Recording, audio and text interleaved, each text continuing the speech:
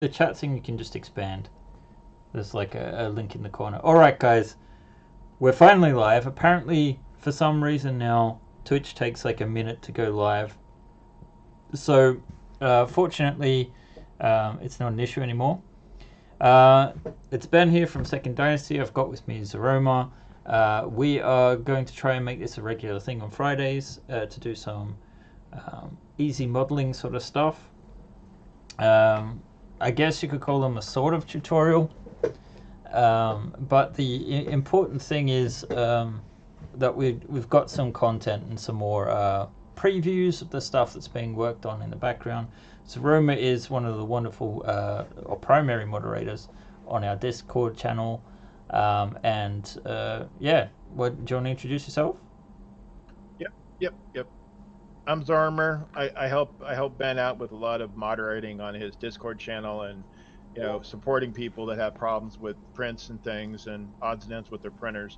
I do that for a couple boards, but Ben has me doing stuff for him, and we're going to try to answer a few questions people have posed to me on the boards and try to do a regular thing of a FAQ for modeling, or to basically cover things that people want to ask Ben in a little 30-minute thing, I think is the idea right now. Right, Ben? I think? It is. We'll try and keep it down to that as much as possible. I do apologize for the delays, guys. It just couldn't be helped. I thought I was streaming from the start. I thought I was doing it by myself because I didn't hear back from Taruma. It turns out we've had technical issues the whole time. So it's working now. That's the important thing. Thumbs up. We're good. All right. So what I'm thinking of doing today is taking a very basic eye OpenLock tile and doing a very basic floor. But before I do this, you might have noticed on the screen there's something interesting, because this last week in particular, I have gotten into a habit of procrastinating and trying to avoid the Notanante just a little bit, although it does exist and it is being worked on. It really, really is, I promise you. But I went back to the Shuttle instead, because this was the first ship that I ever designed. I did my first two Kickstarters doing just tiles, and then I did the Shuttle, which will recognize the various different versions of it here, all in various different states. This is sort of a working file, so it'll be a bit messy. But what you notice is the interior has changed quite a bit. And this came about because there were some comments on our Facebook group where some people were having issues printing the basic version of the Shuttle, which I, to be perfectly honest, forgot existed. So they weren't doing the detail version. And I figured there were a couple of different parts that were missing. For example, a detail version without the landing gear down. So I decided to revisit it and address some of those issues. And one thing led to another, and all of a sudden I was designing an interior. And the reason I did this was partially to make it look better. And I do have a test print that is about 60% printed. So this will be coming out later today, is the idea, or it was before all these technical issues. So I basically gutted out the simple inside, if we look at what it used to look like here. And I've basically added all of this sort of frames to the fuselage, a little bit of piping and detail work. So hopefully you guys can get an even better print out of this.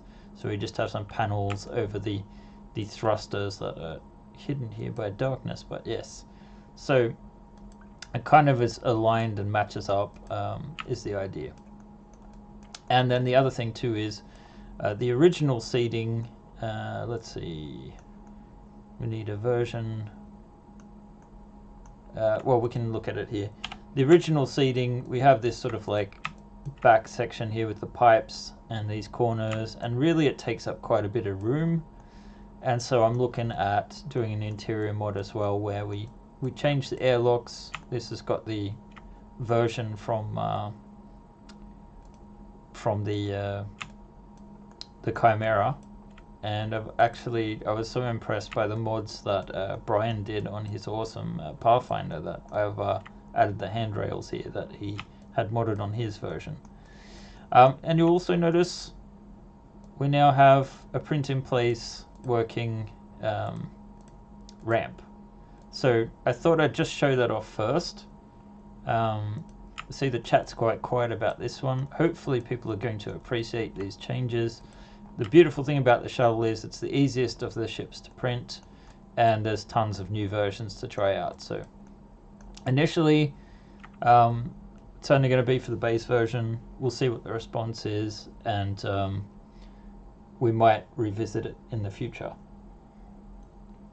Although I think really the only one that it should affect is the lengthened version, because we'd need to stick something inside here. I think this is like the pre-production version, by the way. Ben, let me interrupt you for a second. Sure.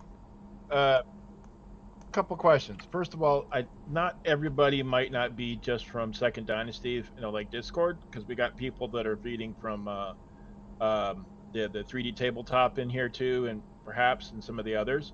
So they might need to have more of a where all this kind of background. Right. Yes. Okay. Sorry, guys. I have been using my Twitch channel just for updates on my last campaigns. So if you haven't heard of Second Dynasty or me, Ben, what I actually do is I make tiles for tabletop 3D printing. I use the OpenLock system as my main system, and I focus on science fiction tiles. And in 2017 that expanded not just to layouts for spaceships or space stations or whatever your sci-fi needs might be, but I started making complete ships. So you actually have, for example, this airframe for the shuttle. This is in pieces. The final product looks something like this, but sans the turret. That's an expansion. My stuff is available on my mini factory. Just look up Second Dynasty as in the title at the top of the stream, and you'll find my stuff. When this video posts at the end of it, we'll add links too for you guys. There you go. Make it nice and easy. And in fact, we could probably just let's see if I've got my mini factory link there. So my public profile. Maybe I can copy that link. There we go. So I'll post this into the chat. There we go. So you can see a lot of my stuff there. So yeah, it is designed for FDM 3D printing. Go on, Zaruma.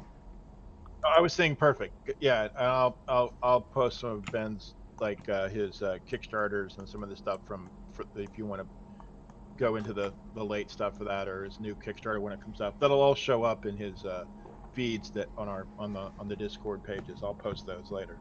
Yeah. In case you are interested in any of this stuff. Yes, indeed. Well, or for people viewing this not live as well, I suppose it's good to have this sort of stuff. So I just wanted to explain what was on my screen there. If we're going back to basics, the software that I use to model is called Autodesk Maya, and I appreciate that it is not a piece of software that everyone can afford or should indeed purchase.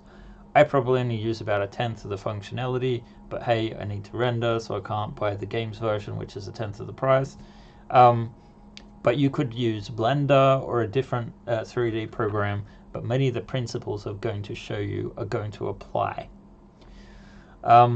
So what I'm going to do is, these are OpenLock tiles here. For example, this is a so-called S tile. But we're going to start with a fresh scene here. And what I've done is import the base from these are from Printable Scenery that created the OpenLock system. This is open source and easily licensed. It has a free license on it if you want to make your own stuff. But they provide the basis. So all I've done is I've just dragged and dropped in the STL files into my Maya scene. But there are some setup issues that you might want to arrange for if you want to do something similar. Stop me if you have a question, Zaruma. Let's see. So this tile here, for example, is one of my own tiles, and this is the base tile. And you'll notice a difference in height, and that's essentially because the upper section here, it won't show here because it's actually a when you import an STL file into Maya, it divides it up into triangles. So if I double click a triangle here, it's not connected to the next one, so I can't quite show you how it works.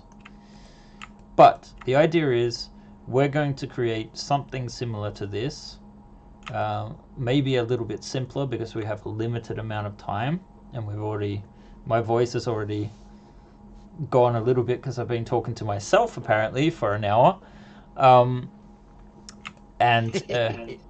Yeah, so let's look at the tools we're going to need to create something on the top here.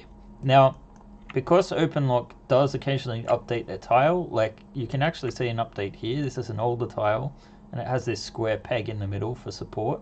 It's a built-in support. What I found and what many others found was that when you printed this piece, the island in the middle actually could lose adhesion rather easily and led to a lot of misprints. So they came out with this X formation version, which prints much, much better. But the idea is creating something that can just rest on top of the existing one. And in theory, not that I would ever do it myself because I've got over 2,000 pieces now. In theory, you could swap out the tile sort to Dragon Lock or one of the many other lock systems if you don't like the OpenLock one. So a few things we need to set up in our scene. You'll notice that I have this grid here. Now if we go and look at the grid settings in Maya, and I'm sure whatever software piece you're using has something similar, you might see some odd numbers.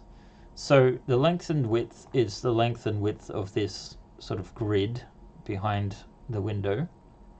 And what I've done is say grid lines every 25.4 units. Now my units are actually in millimeters, which is also a lot easier to divide when it comes to microns. However, I'm building tiles that are made for a grid that is 1 inch by 1 inch. Hence the 25.4. 25.4 millimeters is 1 inch. So what I've done is said every 25.4 millimeters we want one of these dark green squares, and that's the grid lines and numbers there. The axes, that is our X and our Z, and Y would be up. So it depends on your software package which direction it's heading in. Let me point on that. If from a hardware point of view, when you're printing with your PLA, standard PLA, there should be a shrinkage of about 0.04. So if you're trying to get a very exact fit, you don't forget that you will have a slight bit of Yeah, well, I mean, when you're working with single tiles like this, what I actually tend to do is with the ships, just add just a little bit of a buffer to account for that, because that can also get brought back in if you have elephant feet, for example, or other issues. But I haven't run into any issues as of yet designing in the computer for 1 inch. So you can always scale it up if it's becoming an issue for you by a small margin. You can also enter into your G code an automatic compensator to make those adjustments for the shrinkage if you want to. If anyone has an interest for that later, just hit me up in DM and I'll show you how to. Yes, Zorama is a 3D printing genius of sorts, and is going to assist me with some possible lighting solutions for the next ship of the line, but that's a different story. So yeah, we have this set up. Right now I've got it set up for 4 subdivisions, which are these darker lines, and I like to color code them as well, just so it's easy to see. And what this does is, right now we don't have any snaps on, so this part is moving all over the place. You can see it's sort of floating in the air. But we have snaps up here. We have 2 in particular that I like to work with. One is snap to grids, and the other is snap to points. Snap to grids we'll demonstrate now, it's taking this little point, which is the pivot point. That's the sort of position in the model which says, this is my anchor. I'm what you use to determine how to orient me or how to move me around the scene. So as you saw before, when I'm moving it around like here, it's going every which way and up and whatnot. If I turn the grid snap on, it's snapping to my grid. And this is a great way to make sure that you know that your lines and things are in the correct place.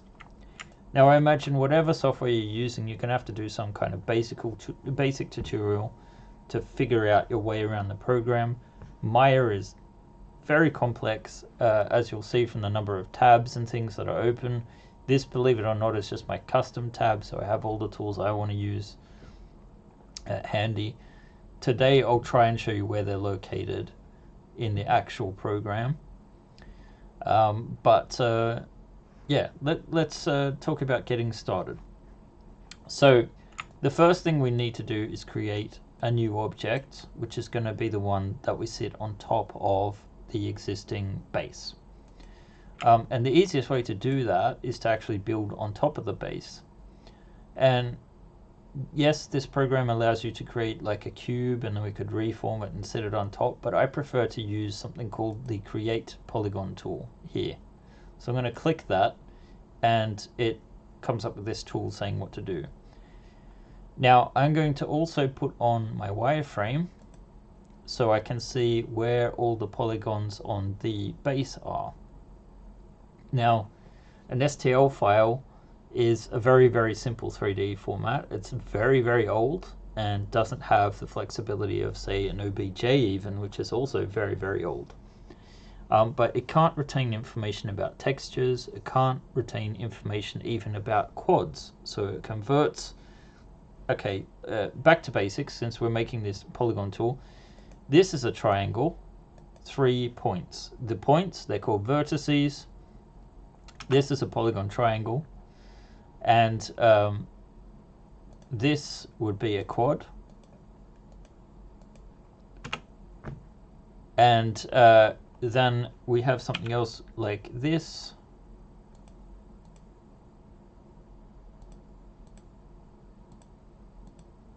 Which is called an n-gon. N being like when you were doing algebra in school, so n is like x. We don't know the number of sides. This one in particular has 1, 2, 3, 4, 5, 6, 7 vertices, I believe. 8. Now, why is this important? Because if you create a mesh and it's based on n-gons and not quads and triangles. See, a quad is very easy for Maya or some other program to interpret into 2 triangles. That's what's going to happen in your STL file when you open it up in your slicer. However, if you have an n-gon like this, your slicer, depending on your slicer, might interpret it a different way than you intend it to. So, for example, I live in Sweden. Here we have text, subtitles underneath English-speaking programs. But depending on the translator, it can, do a better or worse job depending on the context. And it's kind of like that with slicers. So the thing is, a slicer might come and interpret this n-gon as like this, and then divide it into triangles. And this will print great. No worries. But another slicer could come in and try and join this to that, or to create a triangle between there and there, and you'll end up with something that isn't what you want it to be in the end. So at the end of the day, we want to avoid n-gons, is my point. So even if you divide this up, and we have some tools like multi-cut here where you can cut it up into quads, no matter how it interprets this now, if we turn that into triangles, you're going to get something that you can understand out of it, or rather that your slicer can. Hope that makes sense. So with those principles out of the way, let's create a very, very basic base for this. So I'm going to go back to my Create Polygon tool, which was Create Polygon there. And now, instead of Grid Snap, I'm going to switch it over to Vertex Snap. And if you recall, the vertexes are these points at the edges of our triangles. So I'm going to put one there, one there, one there, and one there. And I'm pressing enter, and I now have a new shape that is actually a separate object, believe it or not. So we're going to go into face mode, select that face again. And now what we want to do is turn this from a 2D plane, which it is right now. Hey John, welcome.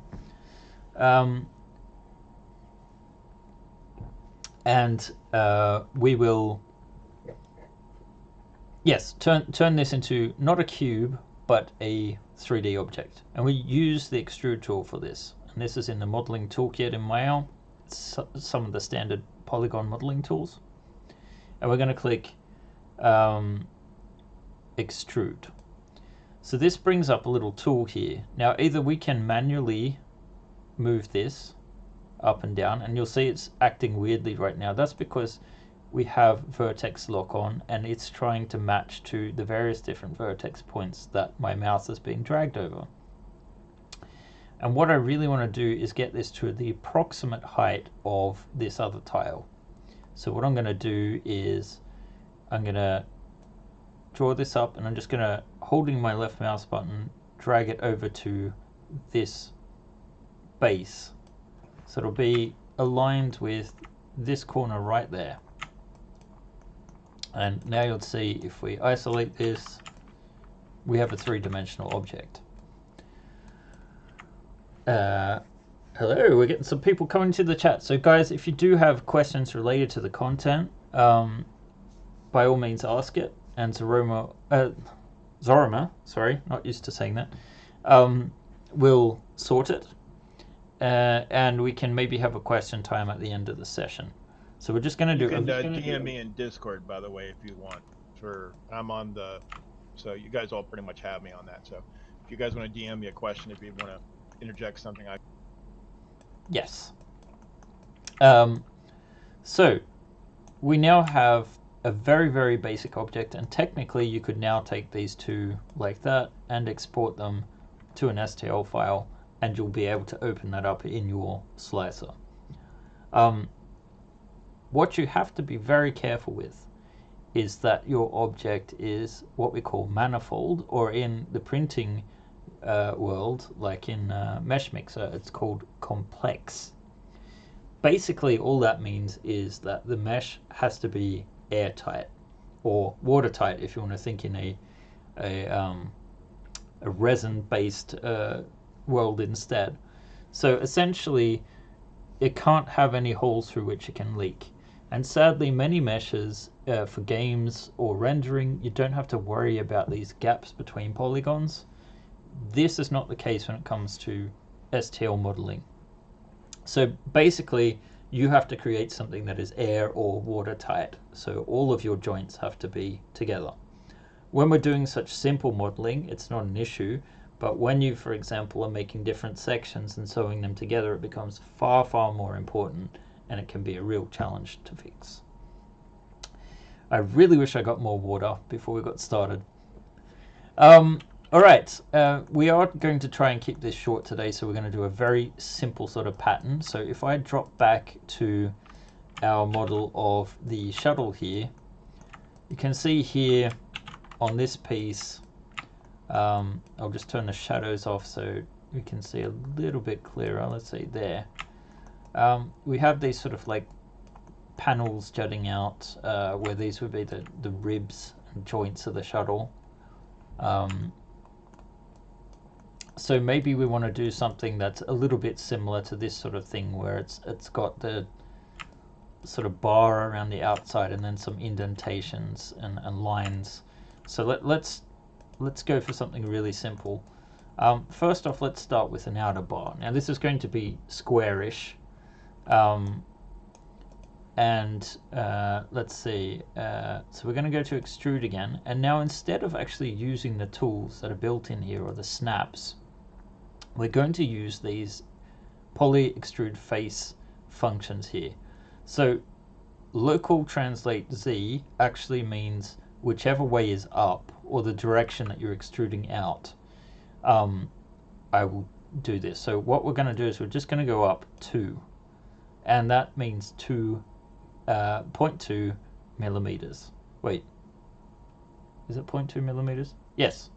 So basically 200 microns up.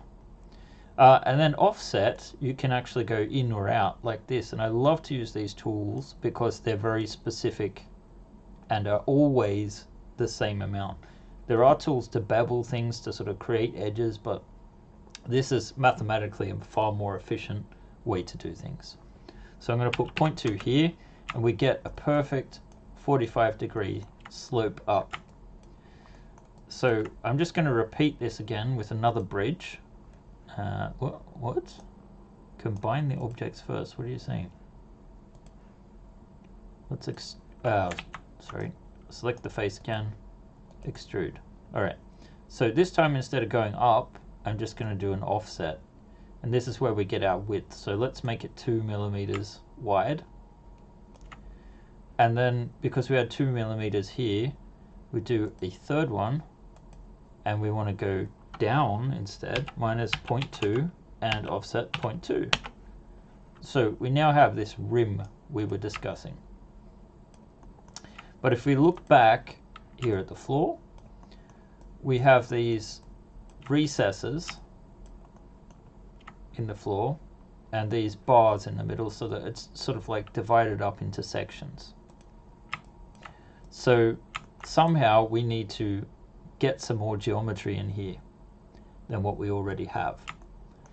So the solution is to use the multi-cut tool, and you can either create new polygons by slicing between sections, but it has this nice tool if you hold down if you hold down Control, called an edge loop tool.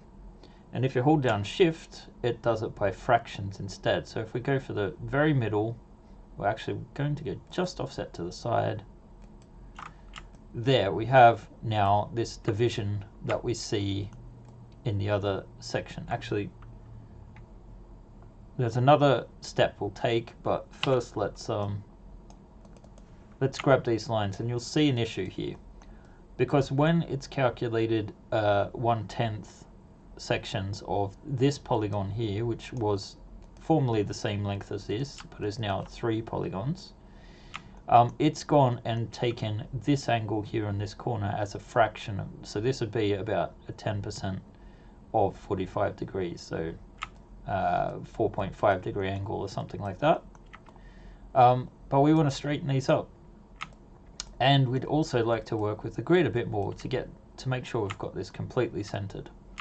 So let's go into grid, and right now these subdivisions, what if we divide this by 10, so we just add a 0 and we get more squares to work with. Now we can move these to the grid if we put on our grid snap, but we still have the problem with this angle. We could go in and move these individually as vertexes. That's one way to do it. But here's a tip from someone that's put in their 10,000 hours. In Maya, if we switch to, we hit R and we go into the, yes, it's R as the shortcut, but it's actually the scale tool. If we now scale this in the blue box, which corresponds to our Z, and just gently draw this from left to right, it actually scales everything in that orientation to 0, and now we have a nice straight line that we can actually put into place. So we can just do the same with the other one here, and then we just want to sort of visually figure out where the middle is. So it's probably about there, if I'm not wrong, and we can verify this by going to our grid again and dropping it back down to 4, and we'll see that, yeah, it's definitely a closer approximation there.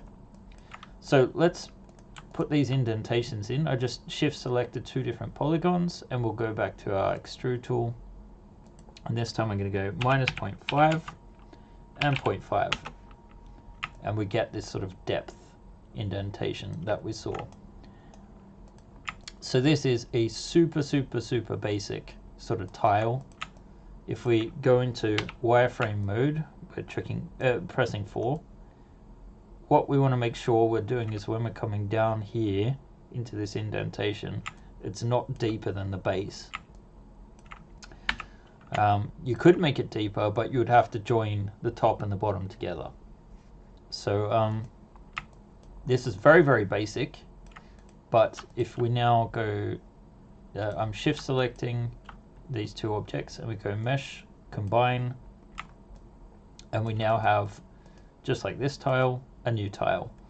And if we go edit, duplicate special, make sure we've got our instance on, and duplicate special, we get a second version. But this second version does everything the first one does. So this is a great way to refine patterns if you want them to go together well. So this is about as basic as you sort of can get, and we've definitely gone over as far as time is concerned today because of the 1 hour fuck up I did. So we might leave it here for today, and we can just do a quick question and answer maybe about either what you guys have just seen or the models I'm currently working on this week, which would be the next starship, the Nocinante, as the project name is called, and the upgraded shuttle. All right, Zorama, you still with us? Yep, I'm here. Any questions coming in? 1 second. I got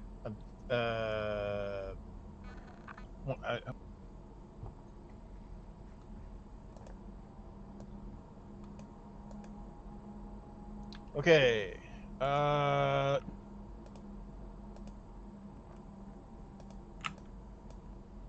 we have one in the chat right now. Yeah, try to go with the one in the chat. I got a couple people sent me. I'm screening because some of this stuff is relevant to other software, which isn't going to really matter. I can type back. All right, so just type it out, White Ink, what your question is. Go ahead.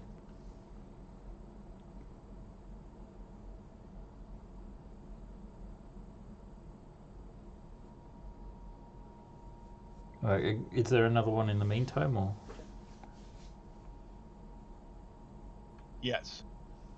Okay, so we'll just wait for White Ink to finish. Oh, okay, here. On the floor are some heights. There are... I can't quite understand that question, to be honest. On the floor are some heights. Are they good printable? Oh, you mean because they vary in height here? Yes, they are. I've actually printed out... wait, what am I doing? I've printed out this part, this part, this part, and this part. Some new landing gear, and it's the old model.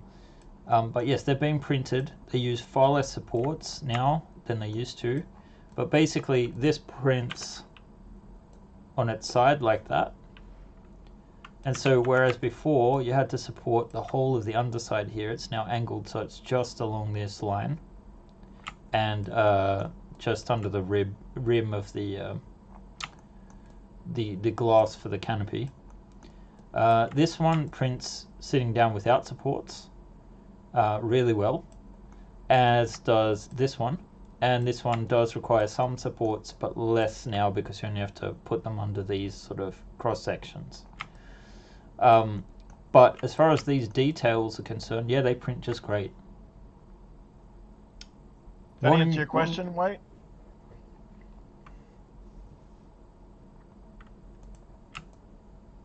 Well, we're waiting on White's feedback on that. There were some questions about Blender, which doesn't really exactly apply, but there were some questions about scaling objects, in basically how you determine the correct scale for 28mm scale when you're making figures. Right. Yes. Well, figures is a different thing because often you're using sculpting tools instead. I think they mean pieces, but if you, yeah, as far as pieces are concerned, usually if there's a scaling issue, it's an issue of a factor of 10. So either the object's going to be 10 times too large or 10 times too small. So you can account for that when you're exporting the object.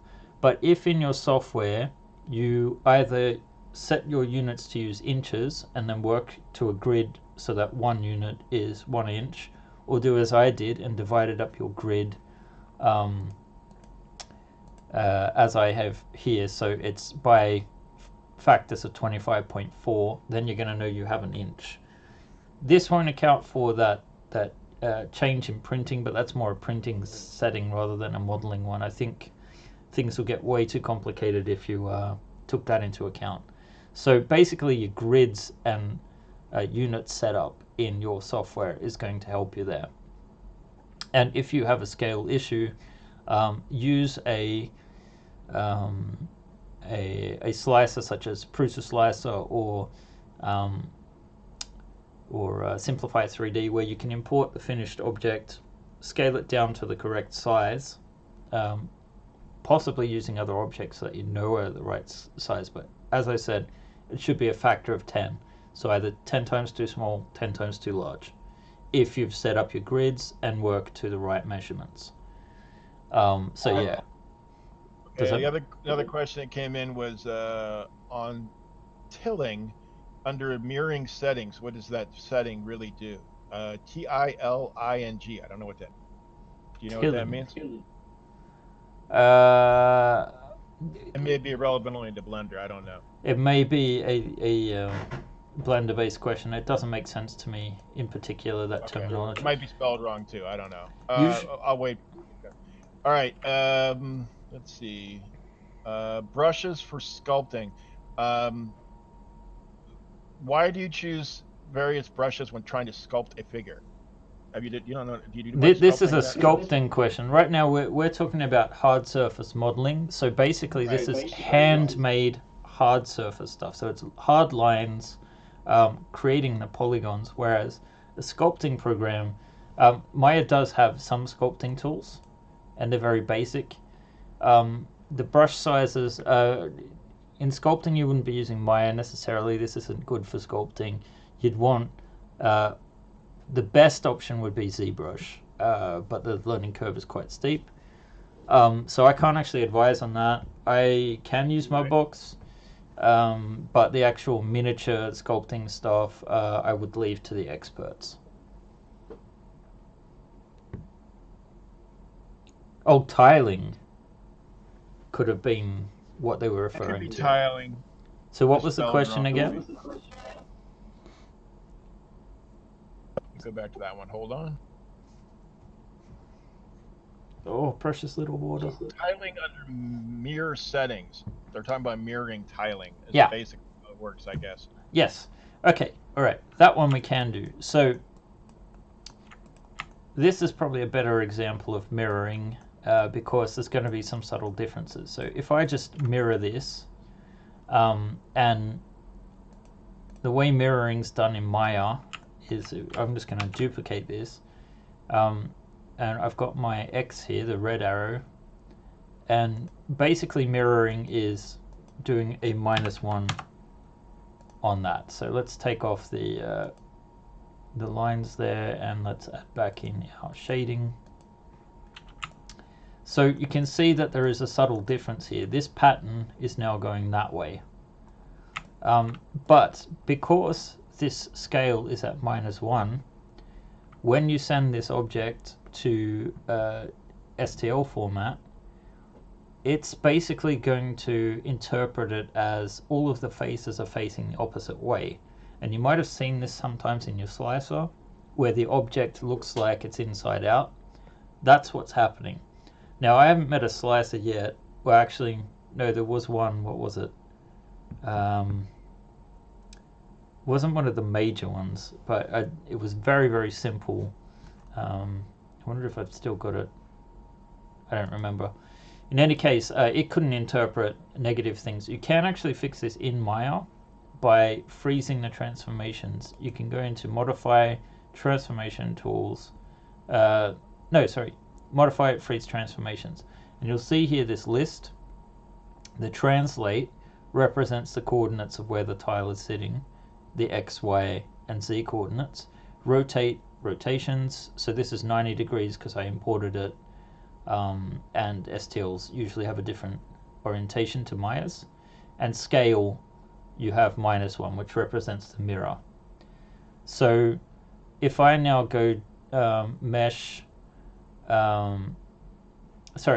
modify freeze transformations, what you see is that these reset them all to 0 and 1. And now if I export that tile, I'm not going to get that inside out look in, well, you were using Cura, I use Prusa Slicer and whatnot. The vast majority of slicers don't have an issue with it. Yes, it looks wrong in the interpreter, but press slice, it's fine. So usually it's actually a non-issue, and I acknowledge that some of my files might be inverted in that sense, because I also know other slicers don't give a fuck about it, and they just, like, I think Prusa Slicer doesn't care about it, so I don't always see. I usually use Prusa Slicer to check, because it has excellent netfab connections, so if there are minor defects to fix, it can easily fix them. So hopefully that helps. Blender and Sculptress. A good free sculpture tools. Yeah. The camera question about ZBrush, but it looks like someone already answered that one, so don't worry about that. So I think that's the general questions we have here. But White was trying to clarify his question in the chat there in the stream. He was? I mean the little white squares. I still don't know what he's referring to though. Does it? You mean these little ones, or these? I guess we'll see if we get an answer there or not. Yes, those, he says. Okay, yeah, they print great, but in Prusa Slicer, I can't show you in Cura because I don't know the equivalent. Maybe Zoroma is familiar with it. But in the print settings, under Advanced, you can actually control the width of the parameters. So I dropped mine down to 0.42. And that usually picks up those really fine details. So if we, for example, I'll switch this back to 4.5, which is the default, and let's see if we can draw in the exported STL files here. So I was doing updates on the shuttle, and then this is the forward fuselage. That's the simple version. Where is the complex one?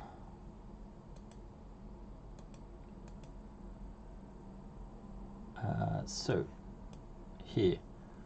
Sorry, no, that's the section below it.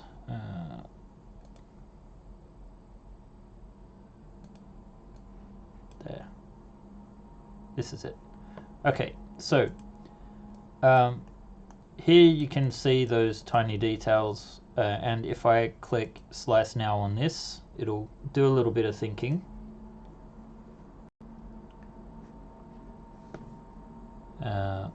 Or a lot of thinking, and you'll see that we're actually losing some detail off these.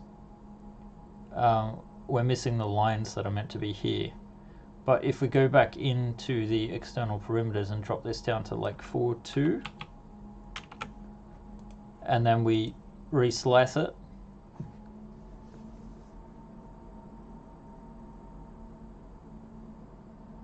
you're getting this fine detail back in again.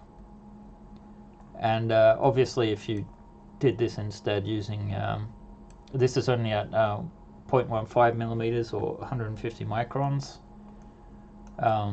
but that particular setting is based on your nozzle size. I don't know if you could possibly go all the way down to 4 millimeters, but a lot of these things are more esoteric to me than they perhaps are to Zoroma, so he's probably the man for those sorts of questions if you're looking to push extra detail out of your machine.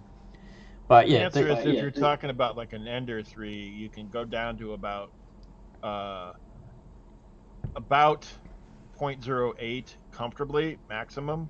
Anything below that, it won't really pick up at all, and really below like 0.12. It doesn't really give much detail. That's a stock ender. But if you're talking about a Prusa, they can do a little better. They can do a little bit more refined. They've got better e-steppers, so they have In that capability. particular, what we're talking about is extrusion width. Yes, yes. But wouldn't that mean that you're talking about an ender it still has a 0.4 millimeter, sorry, a point Yeah, 4 yeah, millimeter yeah. nozzle?